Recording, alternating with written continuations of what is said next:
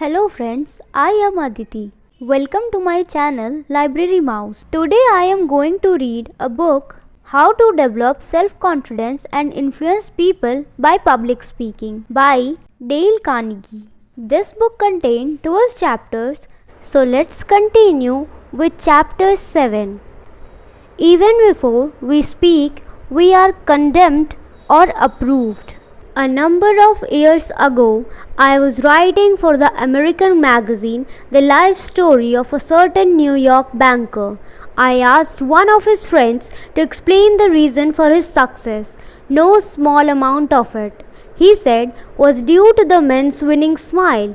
At first thought, that may sound like exaggerations, but I believe it is really true. Other men, scores of them, hundreds of them, may have had more experience and as good financial judgment, but he had an additional asset they didn't possess. He had a most agreeable personality, and a warm, welcoming smile was one of the striking features of it. It gained one's confidence immediately. It secured one's goodwill instantly. We all want to see a man like that succeed, and it is a real pleasure to give him our patronage. He who cannot smile, says a Chinese proverb, ought not to keep a shop, and isn't smile just as welcome before an audience as behind a counter. I am thinking now of a particular student who attended a course in public speaking conducted by the Brooklyn Chamber of Commerce. He always came out before the audience with an air that said he liked to be there, that he loved the job that was before him. He always smiled and acted as if he were glad to see us, and so immediately and inevitably his hearers warmed towards him and welcomed him. But I have seen speakers who walked out in a cold, perfunctory manner as if they had a disagreeable task to perform, and would thank God when it was over. We in the audience were soon feeling the same way. These attitudes are contagious, like bigots like, observes Professor Overstreet in influencing human behavior. If we are interested in our audience, there is a likelihood that our audience will be interested in us. If we scroll at our audience, there is very likelihood that inwardly or outwardly they will scroll at us. If we are timid and rather frustrated, they likewise will lack confidence in us. If we are brazen and boastful, they will react with their own self-protective egotism.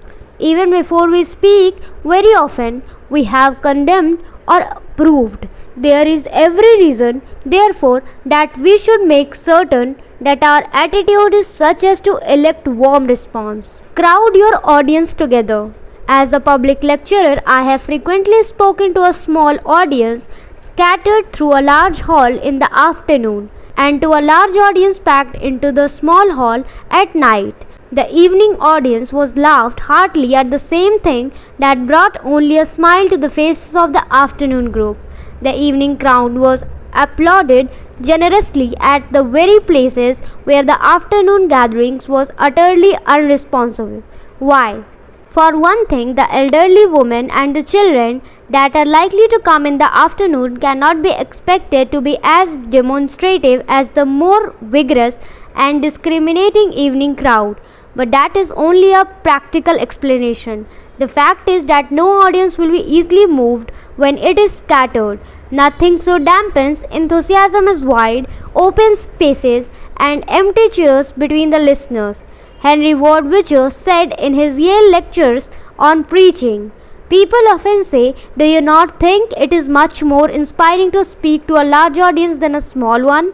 No, I say, I can speak just as well to 12 persons as to 1,000, provided those 12 are crowded around me and close together, so that they can touch each other. But even 1,000 people with 4 feet of space between every two of them would be just the same as an empty room. Crowd your audience together and you will set them off with half the effort. A man in a large audience tends to lose his individuality. He becomes a member of the crowd and is swayed far more easily than he would be as single individual. He will laugh at and applaud things that would leave him unmoved if he were only one of half a dozen people listening to you. It is far easier to get people to act as a body than to act singly. Men going into battle, for example, invariably want to do the most dangerous and riskless thing in the world. They want to huddle together. During the late war, German soldiers were known to go into battle at times with their arms locked about one another. Crowds, crowds, crowds. They are a crucial phenomenon. All great popular movements and reforms have been carried forward by the aid of the crowd mentality. An interesting book on this subject is Edward Dean Martin's The Behavior of Crowds. If we are going to talk to a small group, we should choose a small room. Better to pack the aisles of a small place than to have people scattered through the lonely, deadening spaces of a large hall. If your hearers are scattered, ask them to move down front and be seated near you. Insist on this before you start speaking, unless the audience is a fairly large one and there is a real reason, a necessity for the speaker to stand on a platform. Don't do so. Get down on the same level with them, stand near them, break up all formality, get an intimate contact, make the things conversational. Major Pond smashed the windows. Keep the air fresh. In the well-known process of public speaking, oxygen is just as essential as the larynx, pharynx and human epiglottis. All the eloquence of Cicero and all the feminine pulchritude in the music hall rock sets could hardly keep an audience awake in a room poisoned with bad air. So when I am one of a number of speakers, before beginning, I almost always ask the audience to stand up and rest for 2 minutes while the windows are thrown open. For 14 years, Major James B. Pond traveled all over United States and Canada as manager for Henry Ward Beecher when that famous Brooklyn preacher was at his flood tide as a popular lecturer.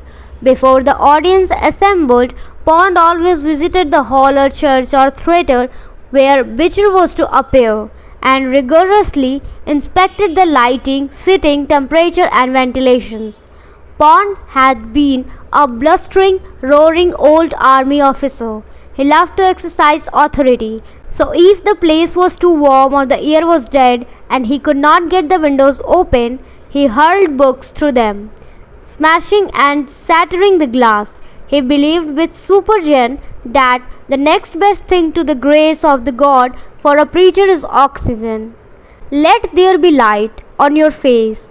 Unless you are demonstrating spiritualism before a group of people, flood the room, if possible with lights. It is as easy to domesticate a coil as to develop enthusiasm in a half-lighted room, gloomy as the inside of a thermos bottle.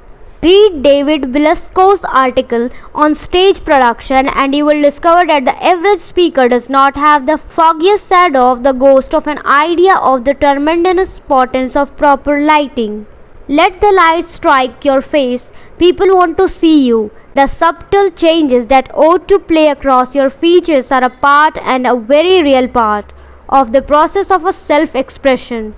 Sometimes they mean more than your words. If you stand directly under a light, your face may be dimmed by a shadow. If you stand directly in front of a light, it is sure to be. Would it not?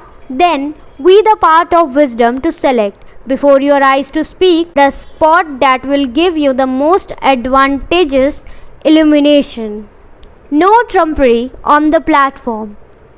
And do not hide behind a table. People want to look at the whole man. They will even lean out in the aisles to see all of him. Some well-meaning soul is pretty sure to give you a table and a water pitcher and a glass. But if your throat becomes dry, a pinch of salt or a taste of lemon will start the saliva again better than Niagara. You do not want the water, not the pitcher. Neither do you want all the other useless and ugly impediments that clutter up the average platform. The Broadway sales rooms of the various automobile makers are beautiful, orderly, pleasing to the eye. The Paris offices of the large perfumes and jewelries are artistically and luxuriously appointed. Why? It is good business. One has more respect, more confidence, more administration for a concerned house like that. For the same reason, a speaker ought to have a pleasing background. The ideal arrangement, to my way of thinking, would be no furniture at all, nothing behind the speaker to attract attention, or at either side of him, nothing but a curtain of dark blue velvet. But what does he usually have behind him? Maps and signs and tables, perhaps a lot of dusty chairs, some piled on top of the others, and what is the result? A cheap, slovenly, disorderly atmosphere. So clear all the trumpery away. The most important thing in public speaking, said Henry Ward Beecher, is the men. So let the speaker stand out like the snow-clad tops of the Jungfrau towering against the blue skies of Switzerland. Here, this is half a part of chapter 7. In next video, we will continue this. Thank you so much for listening it, and I hope it is understandable to you. If you enjoy watching my videos, do like, subscribe and share with your family and friends. Thank you.